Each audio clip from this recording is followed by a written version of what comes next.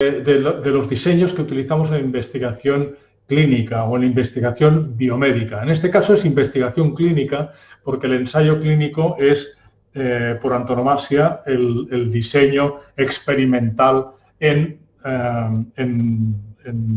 medicina, ¿no? en la investigación biomédica. Vimos ayer, o vimos en la clase pasada, que dividíamos el tipo de diseños en investigación clínico-epidemiológica entre los que tenían asignación controlada y los que no tenían asignación controlada. ¿Qué quiere decir asignación controlada? Que aquello que toma, que aquello a lo que está expuesto el paciente o el participante, lo decido yo o no lo decido. La mayoría de las veces vamos a estar en este grupo de aquí sin asignación controlada y estaremos haciendo estudios observacionales. Pero cuando tenemos un fármaco nuevo o cuando tenemos una circunstancia quirúrgica nueva que queremos evaluar, entonces es posible que podamos utilizar un diseño con asignación controlada de la intervención y estaremos en el terreno de los estudios experimentales y concretamente en el ensayo clínico o bien en el ensayo en la comunidad que también comentaré brevemente esta tarde, ¿no? El ensayo clínico es un tipo de diseño en el que analizamos diferencias entre dos o más grupos que son comparables entre sí.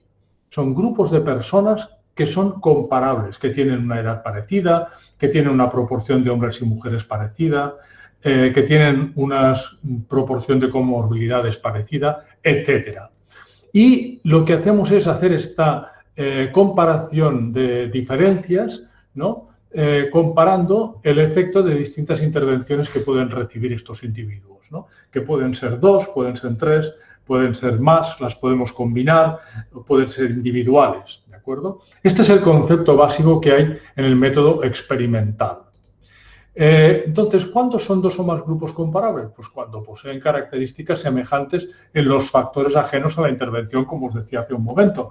Son de edad semejante, proporción de hombres y mujeres semejante, etc. Todo aquello que puede influir en el resultado está distribuido igual entre los grupos que comparamos. Además, se mantienen unas condiciones ambientales idénticas o lo más parecidas posible durante esta intervención. Esto en experimentación animal es muy fácil, ¿no? Porque tenemos a los animales estabulados, misma temperatura, misma alimentación, mismo todo, mismos cuidados, pero en los seres humanos esto no lo conseguimos, ¿no? No puede ser así. Por lo tanto, el experimento en humanos tiene una variación en el diseño experimental en modelos animales o en modelos de cultivo celular o lo que sea, ¿no? Y le denominamos ensayo clínico. Este es el paradigma del experimento en humanos, ¿no? Entonces, aquí este tipo de diseños, el diseño experimental en humanos, el ensayo clínico, nos permite evaluar el efecto de intervenciones como tratamientos médicos y quirúrgicos, estrategias terapéuticas y diagnósticas, dosificaciones distintas de un mismo fármaco, dietas, control de factores de riesgo y sus efectos secundarios. Es decir, hay una larga lista de cosas que son de actividades y de acciones, de intervenciones que son susceptibles de ser evaluadas con ensayos clínicos, ¿no? Pero fijaros que siempre en un ensayo clínico tenemos que poder identificar 3 elementos de forma clara. Uno es qué enfermedad o situación de riesgo estamos evaluando,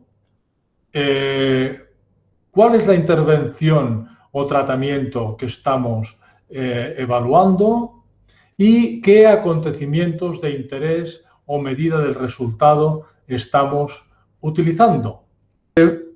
Tenemos que saber que para el desarrollo de un nuevo fármaco siempre se utilizan 4 fases de forma muy rigurosa. La primera ya sabéis que es la fase 1 con voluntarios sanos. Normalmente se trabaja con unas decenas de personas. Aquí lo que vemos es si va a haber efectos secundarios importantes y vemos si la biodisponibilidad, etcétera, ¿no?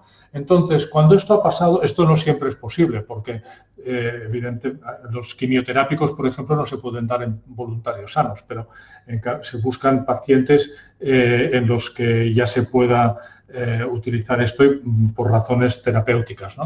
La fase 2 ya es eficacia en pacientes, esto se hace con unos cientos de pacientes, no muchos tampoco, y aquí lo que se busca es determinar si es verosímil que el fármaco funcione de la forma esperada, ¿vale?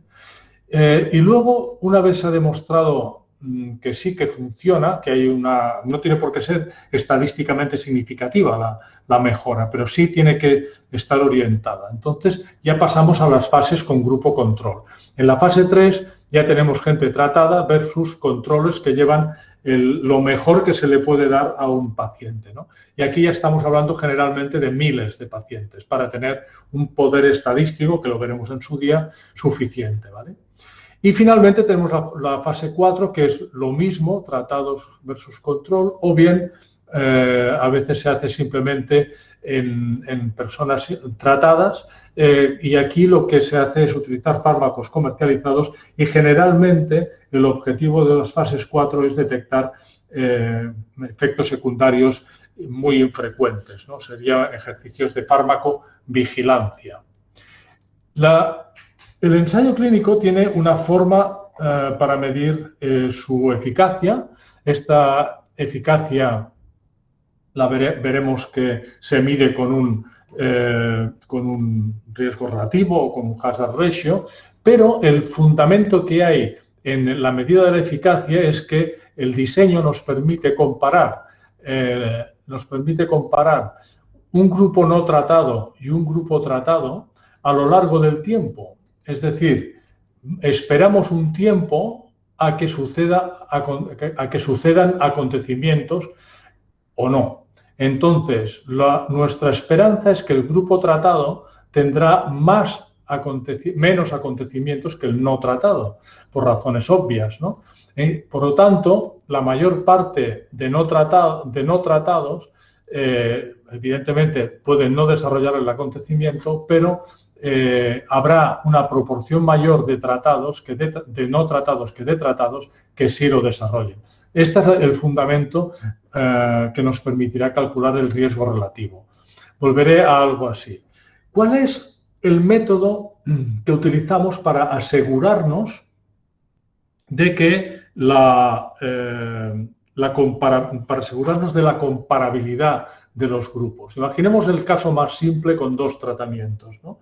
La manera de asegurarnos de que las características que pueden influir en el resultado están distribuidas más o menos al azar es utilizar números aleatorios.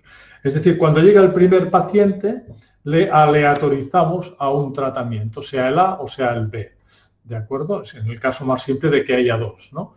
Cuando viene el siguiente, nos dan otro número aleatorio que determina si le damos el tratamiento a A o el B. Y así sucesivamente. Esto es muy eficaz cuando el número de pacientes está en las centenas o en los miles, ¿no? Evidentemente, si aleatorizamos 10 pacientes, la probabilidad de que haya 8 de una manera y 2 de otra, pues es demasiado grande. Por lo tanto, la garantía de que la aleatorización va a funcionar es que el tamaño muestral sea suficiente. Pero la aleatorización es el procedimiento por el cual garantizamos la comparabilidad de los grupos, ¿no? En todo ensayo clínico tiene que haber un grupo control. Y este grupo control es el que recibe el tratamiento existente que sea la mejor alternativa al nuevo que se está probando o bien un placebo. Estaréis de acuerdo conmigo en que lo de tener un grupo con placebo cada vez es menos frecuente, porque la mayor parte de patologías tienen un tratamiento ya, ¿no? Alguno, por poco eficaz que sea. Por lo tanto, nunca vamos a dejar a un paciente sin una alternativa de tratamiento. El placebo se utiliza muy poco, ¿vale? Si no hay grupo control, por favor, leed bien el artículo, lo que estéis leyendo, porque no es un ensayo clínico y no deberían describirse como ensayo clínico. Siempre hay un grupo control en un ensayo clínico, un grupo de comparación. La asignación aleatoria al grupo de tratamiento, por lo tanto, es un procedimiento que garantiza el control de factores de confusión. Esto lo veíamos en la clase anterior, que son aquellas características ajenas a la intervención que pueden condicionar el resultado del ensayo, ¿no? O del factor que estábamos considerando.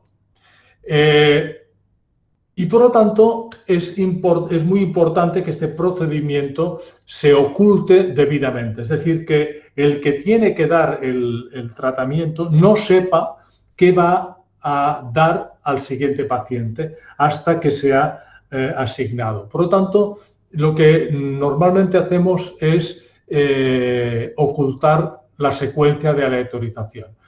Luego veremos que los ensayos pueden ser abiertos, pueden ser doble ciego, simple ciego, etcétera, pero lo que vamos a utilizar siempre es algún método centralizado en el servicio de farmacia o en un centro coordinador de llamada telefónica o más recientemente con un programa informático que te dice lo que tienes que dar y se utiliza o bien con sobres cerrados, ¿no? Estos son métodos que se utilizaban, pero lo más frecuente ahora es utilizar un programa informático online.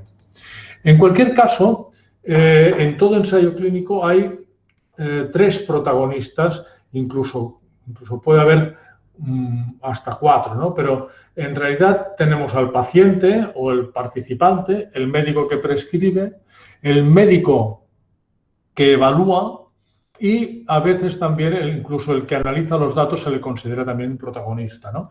Entonces, aquí lo interesante es que en esta ocultación de qué está tomando el paciente, ¿no?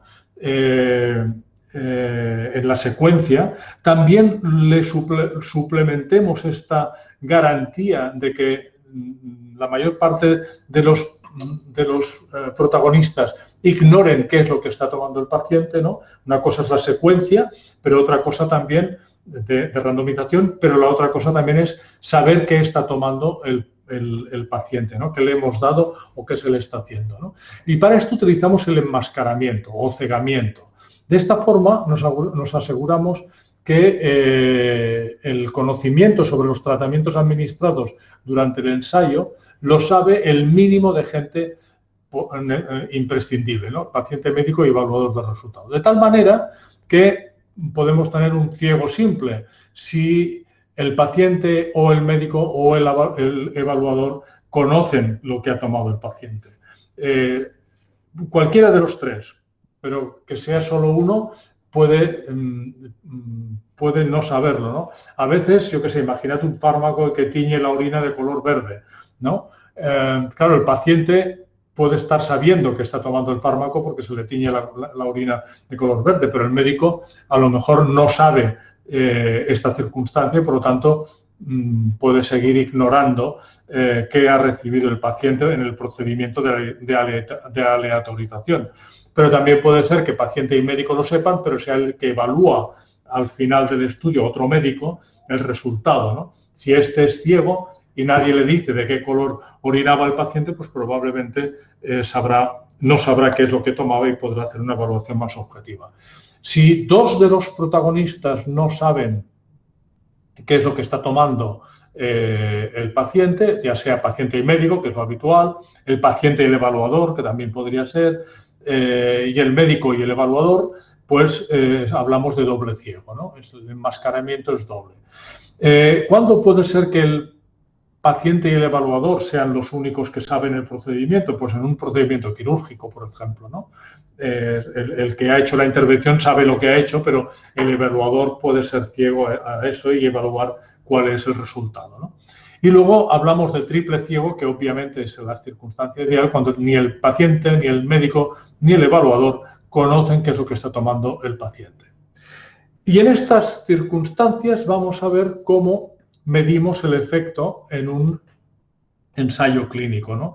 El efecto de nuestra intervención, del fármaco, del procedimiento quirúrgico, de lo que sea, vamos a tener que medirlo. Y el cómo se hace en este caso, que por cierto es igual que en un estudio de cohorte, se hace de la siguiente forma, ¿no? Hemos dicho que teníamos una intervención que generalmente se administraba a la mitad de los pacientes disponibles por un proceso de aleatorización y luego algunos presentaban acontecimiento y otros no.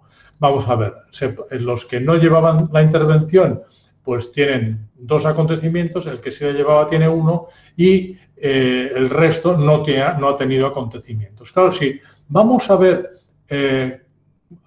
cuál es el efecto, tenemos que contar quién ha ido bien y quién ha ido mal. Por lo tanto, la tasa de incidencia en personas tratadas, ¿no?, de acontecimiento, la tasa de incidencia de acontecimiento en personas tratadas es de 1 sobre los 5 que hay aquí, ¿vale? Una quinta parte de los intervenidos ha tenido el acontecimiento. Mientras que de los no tratados hay 2 de 5 que sí lo han desarrollado. Por lo tanto, tenemos tasas de incidencia aquí. Y lo único que tenemos que hacer es dividir una tasa de incidencia por la otra y esto nos da directamente un riesgo relativo. El resultado de esta operación es 0,5. ¿Qué quiere decir esto? Que el riesgo relativo de el acontecimiento que esté estudiando en la gente tratada es la mitad que en los no tratados. Por lo tanto, mi tratamiento reduciría a la mitad el riesgo de enfermar o de lo que sea, ¿vale? Esto es el riesgo relativo. Es muy simple, ya veréis en el próximo día que contrasta mucho con el efecto que medimos en los estudios de caso control, que es la odds ratio. Pero esto lo dejaremos para el próximo día.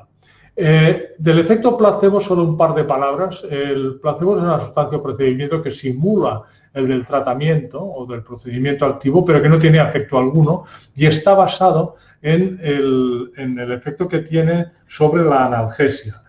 Pero muchos investigadores dicen que realmente el efecto placebo es casi único de la analgesia y por lo tanto en el resto de patologías no debería usarse. De hecho, se usa ya muy poco porque, como decía antes, prácticamente no hay ninguna patología que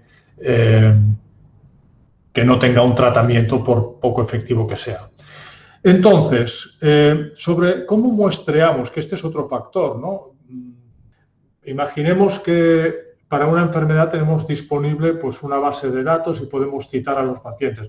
Por ejemplo, esclerosis lateral amiotrófica, no es una enfermedad aguda que llega al hospital y lo tratas o no, o le puedes randomizar. Hay una base de datos, seguro, de todas las ELAs, porque es una enfermedad muy infrecuente, está muy centralizada en pocos hospitales y si alguien quiere hacer un ensayo clínico con un fármaco nuevo en esclerosis lateral amiotrófica, que tiene un muy mal pronóstico, como sabéis, pues seguramente puede acudir a la docena de médicos, de neurólogos que estén trabajando con esta enfermedad en Cataluña o en España o los que sea, ¿no?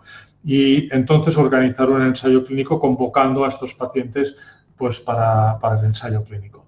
Pero lo más habitual no son este tipo de ensayos, sino que son ensayos, yo que sé, por ejemplo, en enfermedad coronaria, ¿no? que te llegan pacientes con infarto y en el momento del infarto es cuando les tienes que aleatorizar. Por lo tanto, normalmente utilizas el método secuencial, ¿no? Si hay listas de pacientes, pues las usamos, pero si no, van viniendo los pacientes y los vas aleatorizando, ¿no?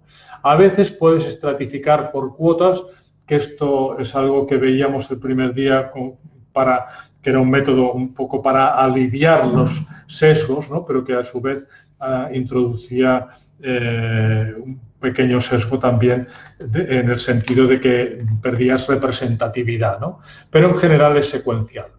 Entonces, si hacemos algo por cuotas es exactamente esto, ¿no? Intentamos que haya el mismo número de individuos en cada subgrupo en este caso, de hipertensión, edad, sexo, ¿no? De manera que al final pudiéramos comparar subgrupos de pacientes con una cierta garantía, ¿no? Si hacemos esto, evidentemente dejamos de tener una representatividad de la población general, porque la población general seguro que no está distribuida de esta forma, ¿no? Los diseños en los ensayos clínicos se definen de 2 maneras. Ya os avanzo que el ideal es el intragrupos, pero casi nunca se puede utilizar. Lo normal es que hablemos de diseños entre grupos. Esto quiere decir que estamos comparando el efecto en dos grupos independientes, que cada uno de los cuales recibe un tipo de intervención. Una, la nueva, y los otros, la más eficaz disponible en ese momento. Pero en algunas patologías, por ejemplo, no sé, la rinitis alérgica, que es algo que pasa cada año, ¿no? Y la gente en primavera pues tiene varios brotes, uno puede utilizar el diseño intragrupo, de tal manera que puede comparar el efecto de dos tratamientos dándolos secuencialmente, uno detrás de otro, ¿vale? Y aleatorizando la secuencia en lugar del tratamiento. Es decir, unos pacientes empezarán con el tratamiento A y seguirán con el B, y otros empezarán con el B y seguirán con el A, ¿de acuerdo? De tal manera que esto tiene una enorme ventaja desde el punto de vista del poder estadístico, porque en la mitad o menos de la mitad, probablemente más cerca de la cuarta parte de pacientes, podemos resolver cualquier pregunta de tratamientos en biomedicina. Así es que siempre que se pueda, os sugiero que hagáis un diseño intragrupos. La mala noticia es que se puede poco. Esto sería un ejemplo de cómo organizaríamos la aleatorización de las secuencias, ¿no? Para dos tratamientos es muy simple, es AB o BA, pero cuando tienes tres tratamientos se nos complica un poco, ¿no? Y la secuencia puede ser ABC, BCA o CBA, son las tres combinaciones posibles, ¿no? Entonces, para esto tenemos que utilizar un cuadrado latino, de tal manera que para cada periodo de tratamiento el orden también sea distinto, ¿vale? En las secuencias. Es decir, nunca se repite ninguno ni en el periodo ni en la secuencia, ¿vale? Y de esta manera podemos evaluar el efecto de cada uno de los fármacos. Esto sería para un tratamiento intra, ¿vale? De los dos que describía antes. ¿Qué pasa con este tipo de diseños? Bueno, pues que si imaginad que hay uno de los fármacos que tiene lo que llamamos un efecto carry-over, es decir, que lo arrastras a lo largo de todo el estudio. Claro, si el A tiene un efecto de este tipo, el B y el C tendrán más efecto del esperado simplemente porque han empezado por el A y lo arrastran a lo largo de todo el tiempo. Es verdad que entre medio deberíamos dejar un periodo de blanqueo, ¿no? de un washout, ¿no? Entonces, este es el motivo por el cual hacemos aparecer como primero cada uno de los tres. Aquí empieza con el A, pero es que aquí empieza con el B y aquí empieza con el C. Y de tal manera que si hay un efecto carry-over, lo detectaremos, ¿no? Porque este de aquí arrastrará sobre estos dos y este de aquí arrastraría sobre este, suponiendo que el A fuera el que tuviera carry-over y los otros no, ¿vale? Esto se llama cuadrado latino y hay varios cuadrados latinos para 3, muchos para 4, muchísimos para 5, etcétera.